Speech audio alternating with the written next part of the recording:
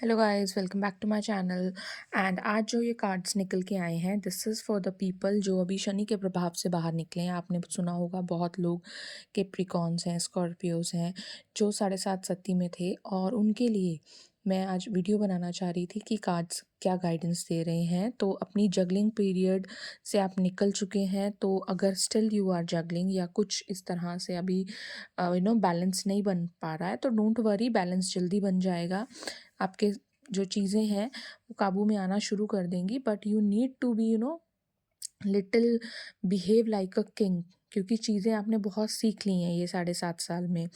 अब उन चीज़ों को इम्प्लीमेंट करना है और एक किंगडम की तरह अपने आप को, अपने राज्य को और अपने फैमिली को आपको संभालना है। अभी तक जो चोटें खाई थी उससे बहुत लर्निंग मिल गई है, तो फाउंडेशन आपको स्ट्रॉन्ग बना के चलनी है। अगर आप कुछ शुरू करने वाले हैं, कोई काम करने वाले हैं, या फैमिली में आपके कोई इस तरह के डिस्ट्रक्शंस चल रहे थे, तो अब आप उसको थोड़ा सा मेच्योरिटी के साथ चीज़ों को हैंडल कीजिए। अपने काम पे फोकस कीजिए, अपनी चीज़ों के ऊपर फोकस कीजिए। दूसरे जो कर रहे हैं, let them do that also. किसी की काम में जाके अड़चन डालने की ज़रूरत नहीं है, या किसी को मोल्ड करने की ज़रूरत नहीं है कि भाई तुम मेरे अकॉर्डिंग काम कर। अब you need to be behave like a king. आपने सारा सर्कल देख लिया है, उतार चढ़ाव सब देख चुके हैं, अब इम्प्लीमेंट का टाइम है। सो इम्प्लीमेंट करिए जो आपने सीखा है, अपने स्किल्स को इम्प्रूव करिए, फोकस ऑन योरसेल्फ, एंड जो करना चाहते हैं लाइफ में, डू दैट। अब रुकने का टाइम नहीं है। एंड बहुत मैच्योरिटी लेवल आपका हाई हो जाना चाहिए। अब तक जितना आपने सीखा है उस मैच्योरिटी के हिसाब से ही आपको चीज़ों को, लोगों को, काम को, हर चीज़ को हैंडल करना है। जिस तरह से एक राजा जो होता है वो सब कुछ लर्न किया हुआ होता है, उसको ये पता है कि किसी ने गलत किया तो उसको भी माफ़ कैसे करना है, बट वो सबका क्रक्स निकालता है। ऐसा नहीं है कि उसको अगर उसकी फैमिली है तो वो बहुत प्रिय होगी उसको, या बाहर के लोग हैं अगर उन्होंने सही किया है तो वो उनके खिलाफ गलत एडवाइस देगा, नहीं। वो सबको बराबर लेके चलता है, तो आपको भी सबको बराबर लेके चलना है। एंड हम चीज़ों को ठीक करने की कोशिश करनी है जो बिगड़ चुकी हैं, या आपसे या कर्मा की वजह से। और अपनी काम के लिए तो आपको फोकस्ड रहना है, स्किल्स को इम्प्रूव करते रहना है। You will get good results.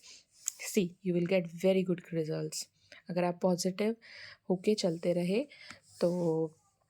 आप जो चाहते हैं वो रिजल्ट्स आपको डेफिनेटली मिलेंगे।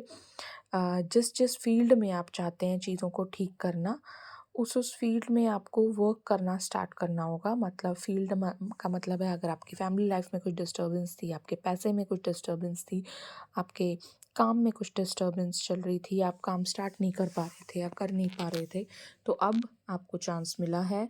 You need to do it, but fairly. बहुत फेयर डिसीजंस लेने हैं।